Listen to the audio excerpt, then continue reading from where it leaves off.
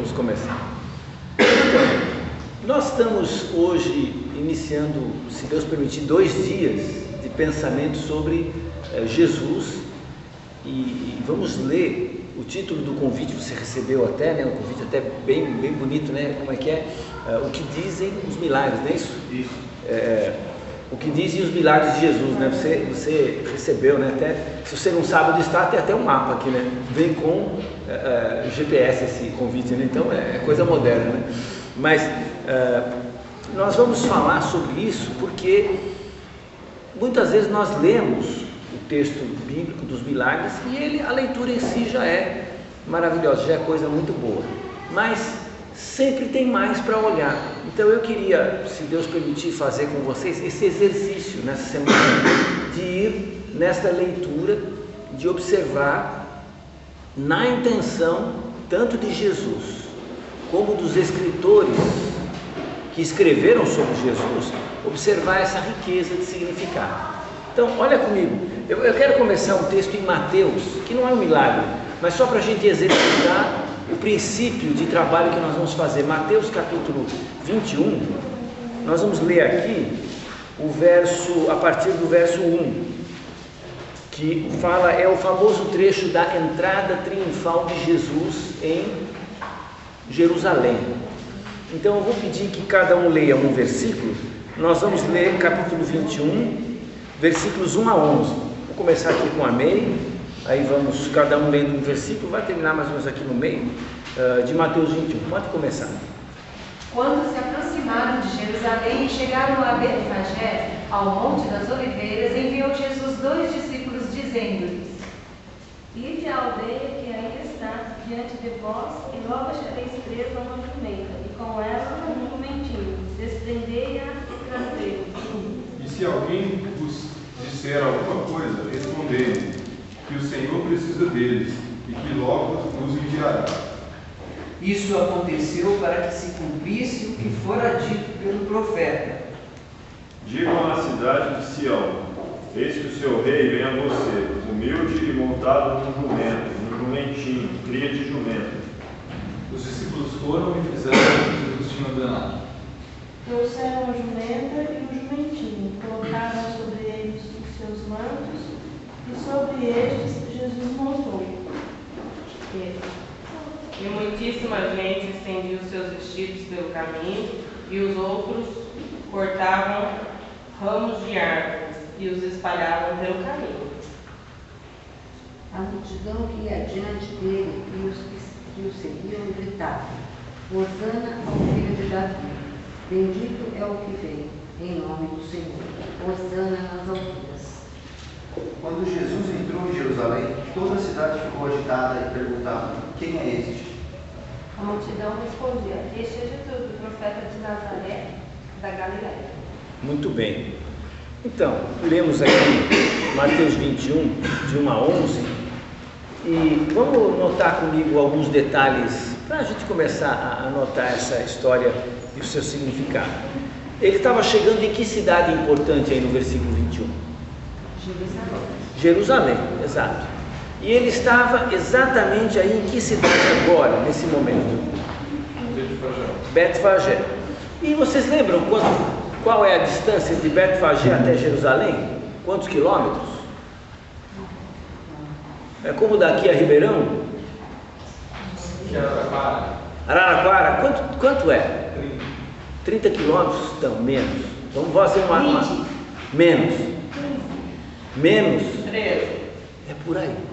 Talvez 2, talvez 3 ou 2 quilômetros de Bet. Na verdade é assim: Jerusalém, a cidade está aqui, tem o Monte das Oliveiras aqui, na frente dela. Aqui é a cidade. No Monte das Oliveiras é essa aldeiazinha de Betfagé. É só passar o morro assim, né? Como diz um mineiro, ali ó, um beijo sim. Depois do morro ali, não é isso? Então, é só passar a altura do morro, já dá para ver a cidade. Jerusalém já é uma coisa maravilhosa assim na frente. Então, agora a pergunta: Jesus andava da Galiléia até Jerusalém, mais de 80 quilômetros a pé. Depois ele ia para lá, ia para cá. Jesus tinha saúde, vigoroso. Agora faltam 2 quilômetros que ele pede para fazer esse finalzinho de 2 quilômetros? O jumentinho, a montaria. Então, por quê? Por que ele precisa chegar montado? Está cansado? O texto não diz. Então, o que ele está fazendo? Por que nós não vimos? Você pode ler a história de Jesus do começo ao fim aí no Evangelho, nos 4 Evangelhos. Jesus nunca precisou andar de montaria. Pelo contrário, a gente vê ele andando a pé, né? Andar de barco, né? Normalmente. Raras vezes ele andou em cima da água, né? Às vezes ele andou, né? Mas assim, normalmente ele ia de barco, ele ia a pé, não é? E neste dia ele queria andar de... O jumento significava humildade, né? Então, o jumentinho tem a ver com humildade. E que mais? Servidão, talvez tenha a ver, a gente vai ver lá no... tem esse significado justamente na antiguidade, mas tem mais coisa. Olha o próprio texto, olha aí no versículo 4, o que o autor bíblico aqui diz sobre esse acontecimento ligado ao Velho Testamento. Para que se cumprisse uma promessa, né? Exatamente. Uma profecia do Velho Testamento falava de um rei humilde. Então olha, a palavra humilde está conectada. Um rei humilde chegando em Jerusalém, não num cavalo de guerra, não numa carruagem de guerra, um carro de guerra, mas chegando montado num animal de paz, um animal com uma certa honra, mas de paz, né? Que é o jumentinho.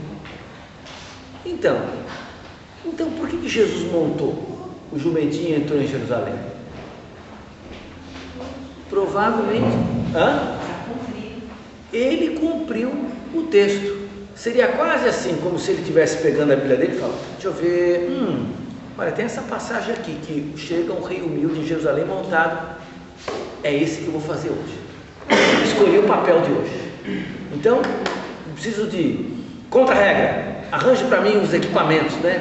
Então, o que eu preciso? Para performizar, para teatralizar uma profecia. Então alguém pensa, mas não foi sem querer? Bom, poderia ser sem querer, mas fica mais milagroso sem querer, né? Pelo contrário, eu acho que se nós percebemos, se o Mateus, o apóstolo que escreveu esse trecho aqui, percebeu que havia uma ligação de ação de Jesus com a profecia, agora olha, coincidiu, se cumpriu a profecia. Acho que na mente de Jesus está mais claro ainda. Ele falou, vou fazer cumprir a profecia. Então, por que Jesus, que é um homem disposto, forte, que anda a pé, para lá e para cá, nesse dia, resolveu entrar de jumentinho? E não só ele entendeu, mas o pessoal ao redor também entenderam. O que o povo fez quando viu ele chegando de jumentinho? O povo agiu de um jeito especial. O que eles fizeram? Começaram a louvar, a falar bem dele, cortaram ramos das palmeiras e aquilo vira uma espécie de bandeira assim que eles agitam, né? E põe no caminho como se fosse um tapete, né? Para passar, né? Então eles perceberam que aquela chegada era especial. Jesus estava chegando como se fosse um rei, o rei da profecia lá de Zacarias, capítulo 9, versículo 9, né?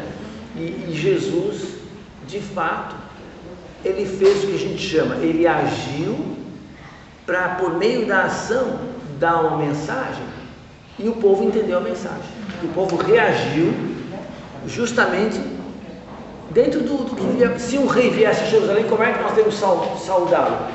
Com esses ramos, mais ou menos uns 180 anos antes desse evento aqui, Judas Macabeu, um revolucionário judaico, tinha guerreado com os gregos, 3 batalhas sucessivas, tinha vencido, e ele entra em Jerusalém de modo triunfal, mas ele entra em cavalo de guerra, ele entra com um exército armado, né?